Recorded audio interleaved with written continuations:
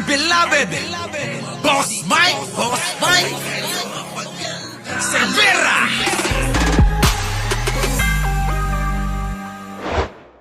Sinuri ng Philstar.com ang YouTube channel ng 5 kilalang vlogger na sumusuporta kay dating Pangulong Rodrigo Duterte.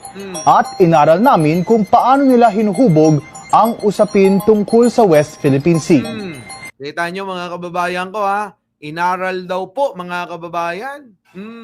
Ito ay sina Boss Dada, Banat Bay, Bisdak Pilipinas, Pambansang Loyal, Coach Ollie, and Brothers Travelers. Kita nyo itong grupo na ito mga kababayan, sinasabi ko sa inyo merong kumukumpas daw sa kanila. Nabanggit lahat mga kababayan, yung mga tropa. Nino, ni Banat Bay. Grabe. Tuloy. Hindi bababa sa 86,000 ang mga nakasubscribe sa kada channel at maliban dito, nagbibigay din ng pera sa mga vloggers, ang kanilang mga subscribers. Lumitaw sa pagsusuri ng aming team na 3 naratibo ang makikita sa mga vloggers na aming sinubaybayan. Nako. Maliban sa pananakot, kapansin-pansin ang kanilang madalas na paninisi sa Amerika at paggamit sa tinatawag na red herring o ang pag-ungkat ng mga ibang issue para ibahin ang usapan. Kasi ganun naman talaga yung kanila gagawa ng sariling kwento mga kababayan ko. Ganun. Para siraan kung ano-ano. Nako! Di ba? Grabe, no?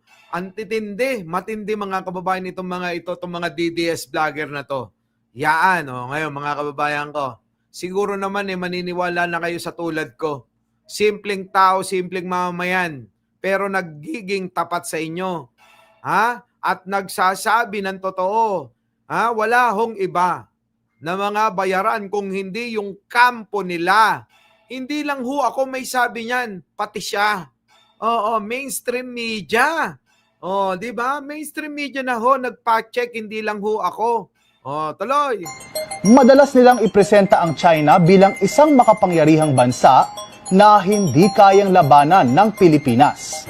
Pinalalabas ng mga vloggers na wala tayong magagawa sakaling umatake ang China. Sabi nga ni Boss Dada, hanggat wala tayong malaking barko na may equal water cannon power with China. Kita nyo to, mukhang tsonggo. Yan po, kita nyo mga kababayan ko, no? Diyan po yan, mga nagkakapera. Tuloy. Hindi tayo mananalo sa South China Sea. Ganito rin ang sinasabi ng iba pang mga vlogger tulad na lang ni Bisdak Pilipinas. Isa pa yan. Diyos ko, pati yung People Power Monument, hindi alam. Ay tanong na, ito na kaya ang katapusan ng Republika ng Pilipinas? Pagdating sa tensyon ng Pilipinas at China. Grabe, no? Alam nyo, ang mga pinapack-check kasi yung mga fake news sa peddler Yan po yung mga vlogger na yan Talaga naman, Ewan ko, bakit pinapanood nyo pa? Kasi mga kababayan, hindi natin intensyon na manligaw rito. Ang intensyon natin, mga kababayan, kaya tayo nandito sa social media, nagpapaliwanag, nagsasalita para makatulong kahit papano na maliwanagan at malaman ng taong bayan kung ano yung katotohanan. Doon lang naman tayo. Di po ba? Hindi ho tayo nandito para kumita. Ang intention ay kumita lang ng pera. Hindi po yun, mga kababayan ko. Dahil mahal namin kayo, nandito kami para ipaliwanag sa inyo kung ano ang katotohanan at kung ano yung dapat ninyong paniwalaan. Tuloy. Ang ganitong klaseng naratibo ay hindi lang nagpapalaganap ng takot. Pinalalabas din itong walang ibang pwedeng gawin maliban sa gyera. Yun na nga mga kababayan ko Matagal nila tong ginagawa, yung takutin ng taong bayan. Tinatakot nilang taong bayan na magkakagera, gigirahin tayo ng ganito, gigirahin tayo ng ganyan, kawawa tayo, kaya kailangan ang ending, palitan na natin si Pangulo. Doon na tayo sa Pangulo na maka-China. Doon na tayo sa Pangulo na tulad ni Digong na maging aso ng China. Tama? Di po ba? Ganun po sila. Ganyan ang naratibong ginawa nila. Meron po silang sistema. Ginagawa nila yung sistema na yan, baitang-baitang, para lituhin, lilangin, takutin ang taong bayan. Kita nyo, sama ng mga ugali, mga kababayan. Ang sasama ng mga ugali. Tuloy. At ang pag-iit sa ating karapatan Mm. ay magdudulot sa digmaan. Kita Isa nyo? pang Yan, lagi naman eh. Matagal na natin sinasabi ito eh. Mga kababayan ko, di ba ginigiit nila na magkakaroon ng digmaan. Tinatakot ang taong bayan. Tanong ko sa inyo, tama ba yan? Tama po ba na takutin ng taong bayan sa isang bagay, mga kababayan, na kahit po sa isang panaginip, hindi dadalaw? Grabe, mga kababayan ko. Sabi, magkakagera, kailangan na talaga ng pagbabago, palitan natin ang administrasyon, ipalit natin si Sara Duterte dahil si Sara Duterte ay kaibigan ng China. Kita nyo? Matindi. Di ba? Antindi. paulit-ulit na argumento ng mga pro-Duterte vloggers ay ang paninisi sa Amerika. Ayon sa kanila, ang tunay na dahilan ng tensyon sa West Philippine Sea ay hindi ang panghihimasok ng China, kundi ang presensya ng US sa rehiyon. Kita nyo, binabaliktad nila yung sitwasyon. Ayaw nila mga kababayan na nandito yung mga Amerikano. Yung mga Amerikano na noong pa niligtas tayo. Mga kababayan ko, hindi yata mga nag-aaral ng history ito. Oo, nagkaroon ng pananakop ang Amerika, ngunit mga kababayan, dumating ang pagkakataon na ang Amerika ay bumawi at niligtas tayo sa pananakop ng Hapon.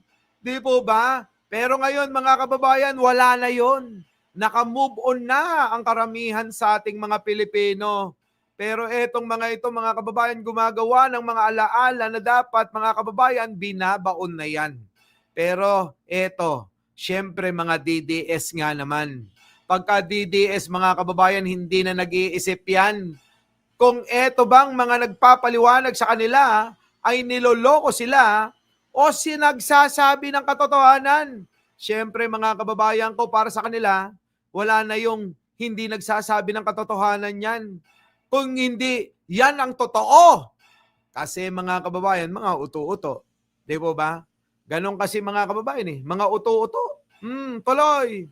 Sabi ng vlogger na si Boss Travelers, sino ngayon ang gumagawa ng komosyon para magkaaway? Walang nyo. iba kung hindi ang China at Pilipinas sa udyok ni Uncle Sam.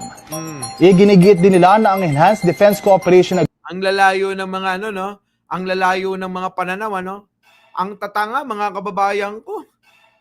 Eto kasi mga kababayan gagawa talaga sila mga kababayan ng mga kwento, ng mga naratibo, ng mga propaganda para takutin ang taong bayan. Yun lang yan.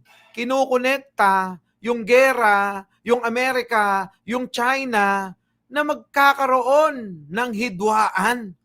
Di po ba? Ang Pangulong Bongbong Marcos, nakita nyo ba? Ilang taon na ba mga kababayan? Nakakatatlong taon na mahigit.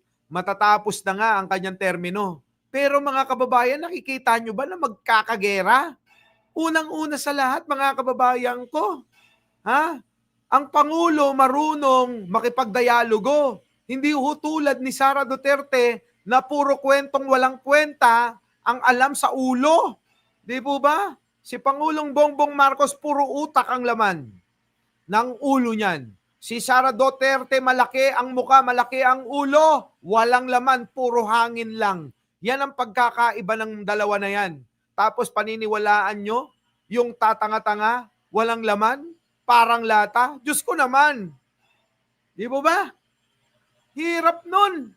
Kaya alam nyo dito, mapaghihiwalay nyo na kung sino may laman ang ulo at wala talaga Yung mga naniniwala kay Sara, karamihan dyan mga kababayan, talagang mga tangat walang laman ang ulo.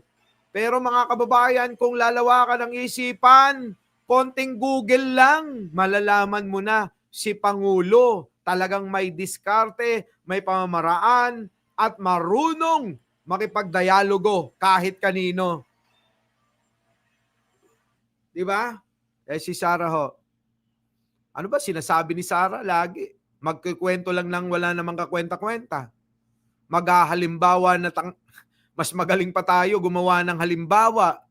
Biruin ninyo mga kababayan, sabi ko nga yung latest niya, isang kutsara equals 3 kutsara. Saan ka nakakita naman ng ganun? Parang 1 plus 1 equals 11. Yung kaya yung natutunan ni Sarah, mga kababayan, mula grade 1 hanggang makatapos ng koleyo niya, 1 plus 1 equals 11. Siya ka naman nakakitang ganun, mga kababayan ko, ang layo. Mga kababayan, mas malapit yung 1 plus 1 equals 3. Di ba? At least isa lang ang mali. Please. Yung kay Sarah, mga kababayan ko, milya-milya. Napakalayo na sagot. Di ba? Saan ka nakatira? Sa moon. Yung ang sagot mga kababayan ko. Ganun kalayo. Ewan ko na lang sa mga naniniwala pa dyan. Basta mga kababayan, hindi naman po porke tayo ay nasa panig ni Pangulo, binabatikos lang natin lang basta-basta si Sara Duterte, no? Galing ho sa kanya yung pambabatikos natin. Kung wala po siyang papapakita na ginagawa na mali, walang batikos ba? Tuloy. Agreement ng Pilipinas sa Amerika ay nangingimbita daw ng agresyon mula sa China at nagpapagamit din daw ang Pilipinas kay Uncle Sam. Bagamat totoo na ang US ay kaalyado ng Pilipinas, Yon ang hindi nila naiintindihan, mga kababayan ko, na ang Pilipinas at Amerika ay magkaalyado. Hindi lang naman po ang Amerika ang kaalyado ay Pilipinas, no? Marami pa po tulad ng South Korea, Japan at marami pang ibang bansa. Di po ba? Para ba kasi pinagpipilitan nila na tayo lang yung kaalyado ng Amerika na uto-uto daw? Bakit ho si Digong hindi ba naging uto-uto sa China? Tandaan nyo, si Digong napakaraming pinangako ang China sa kanya. Naniisa, mga kababayan, walang natupad, di ba? Pero mga kababayan, naisahan siya.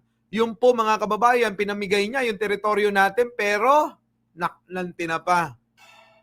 Wala tayong napala. Masakit, sakit na katotohanan yan, mga kababayan ko. Tuloy. wala namang patunay na pinipilit ang bansa na lumaban. Hindi pa kailanman Anong pipilitin? Wala hong ganun. At hindi ganun kabobo si Pangulo. Nalalabang ka, mga kababayan, langgam ka tapos lalabang ka sa dragon. Malabo yun. Hindi tayo mananalo, alam naman natin yun. Hindi mananalo ang Pilipinas sa China kung mano-mano. Sa dami ba naman nila, mga kababayan Hindi talaga tayo mananalo. At ngayon, mga kababayan, sa kagamitang pandigma, lugi tayo. Pero mga kababayan ko, tandaan nyo, kung tutulungan tayo ng mga kalyado nating mga bansa, malamang baka manalo tayo. Di ba? Ganun lang yun, mga kababayan ko. Pero yung sinasabi nila na tayo ay inuudyokan ng Amerika para makipaglaban, makipagdigmaan sa China, grabe kayo. Tanga? Di ba? Pero kung sakali lang naman, di natin nilalayo. Kung sakali naman ang China ay nabigla, nakapagdesisyon na tayo girahin, anong magagawa natin, mga kababayan ko? May magagawa tayo kung hindi, wala lang iba, kundi lumaban. Di ba? Mas maganda na nga, sabi nga ng ating mga ninunong bayani, na mas maganda na lumalaban kaysa, mga kababayan, mamatay ka nang hindi lumalaban. Di po ba? Wala na tayong magagawa nun. Kapag ginera talaga tayo, di ba? Lalaban kahit papano. Alangan naman na, sige, patayin mo na lang ako. Di po ba? Kahit makakalmot ka man lang, kahit makatabla ka man lang. Di po ba? Tama na yun. At least, mamatay ka man sa mundo na lumalaban. Hindi yung tulad ni Digong, ni Sara, ng mga etong mga kampon ni Duterte, mga takot ito, mga kababayan. Tignan nyo naman yung mga pagmumukha niyan. Yan po yung mga, mangyayari dyan po, ay yan po yung magbebenta ng kapwa Pilipino. Sa ibang salita po, yan po yung magiging makabagong makapili. Di ba? Kung nung araw na panahon ng hapon may makapili, sinusukuban ng sinusukutan ng bayong, binubutasan ng konti yung bayong para makita, ituturo yung kapwa Pilipino para mapahamak. Di ba? Ganyan gagawin ng mga yan. Pero tayo, mga kababayan, makatabla man lang, okay na. Di ba? Ganun lang naman yan Oh. Ginamit ng Pilipinas ang Mutual Defense Treaty para humingi ng tulong militar. Madalas din gamitin ng mga vloggers ang taktika ng red herring o ang pag-ungkat ng mga lumang o hindi konektadong issue para ilihis ang usapan. Yan, mga kababayan. Ayaw nilang talakayin, mga kababayan, yun talagang issue. Kokonekta ng mga malalayo para malito yung taong bayan na nakikinig sa kanila. Yun ho nangyayari eh. Di po ba? Yun ho nangyayari. Oo, tuloy.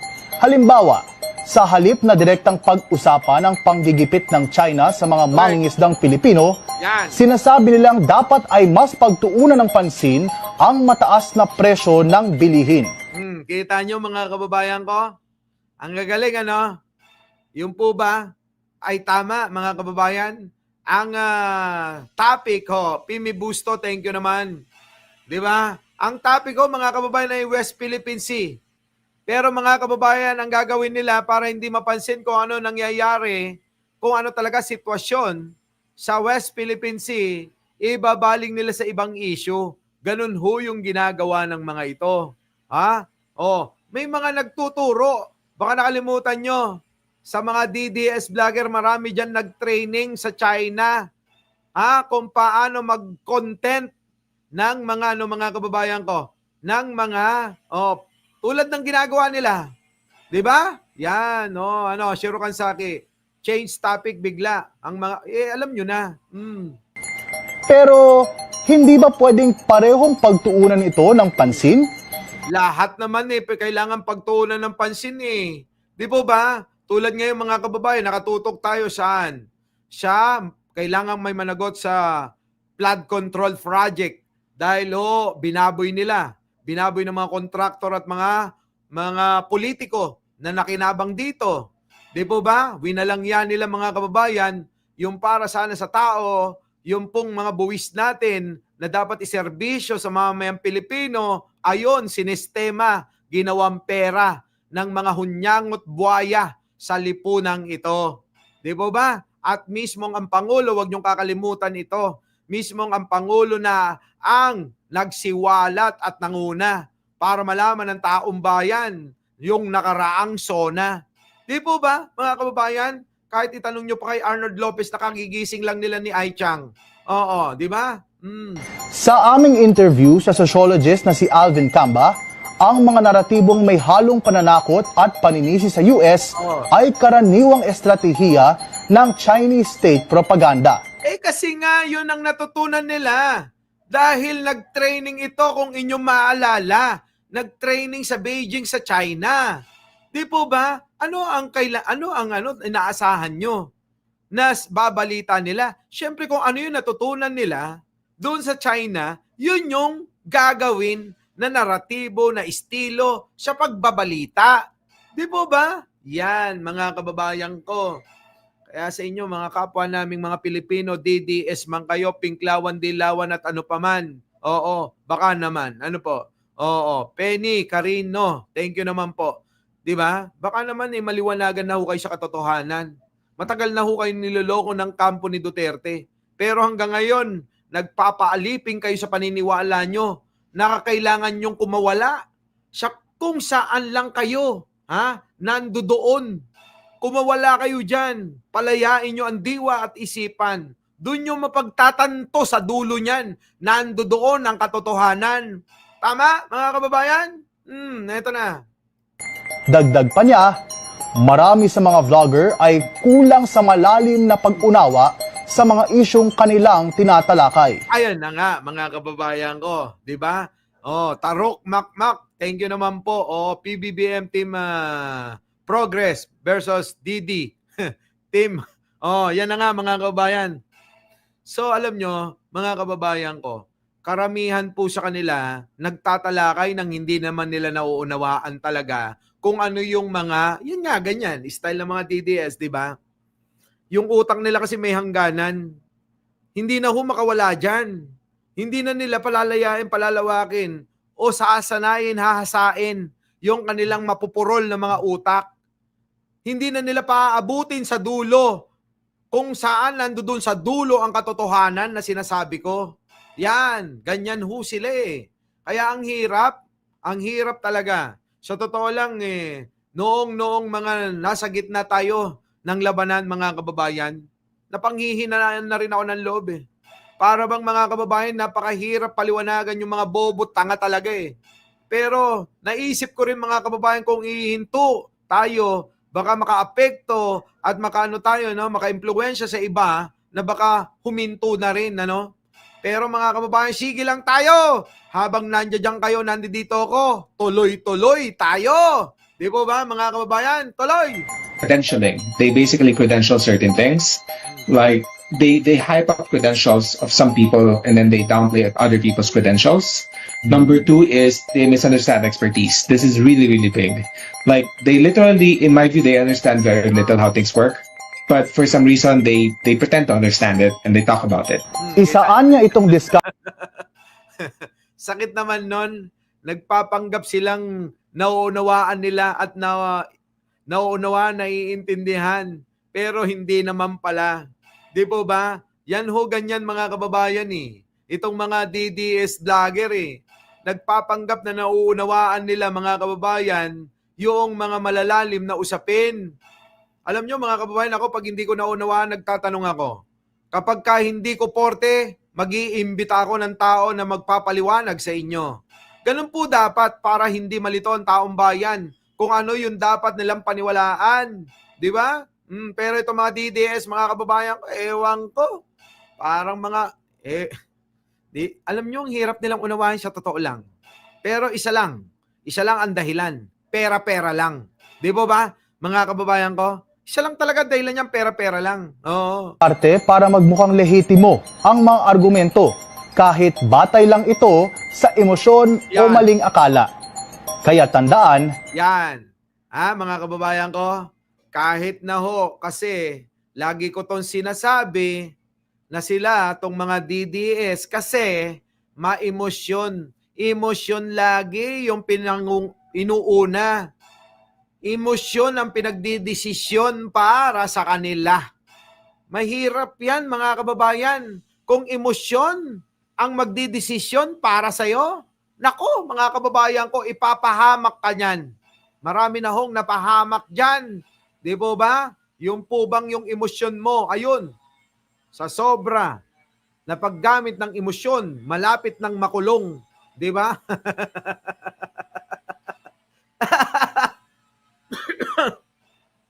Ewan ko. Kita nyo mga kababayan ko. Ang emosyon ho talaga mga kababayan, madalas ho yan nakakapagpahamak sa inyo. Kaya mga kababayan ko, tandaan nyo. Tandaan nyo to. Huwag nyong hahayaan na ang inyong emosyon ang magdidesisyon para sa inyo. Gamitin po ang utak. Tignan nyo si Sarah. Minsan madalas pala, na ginagamit mga kababayan ang emosyon niya.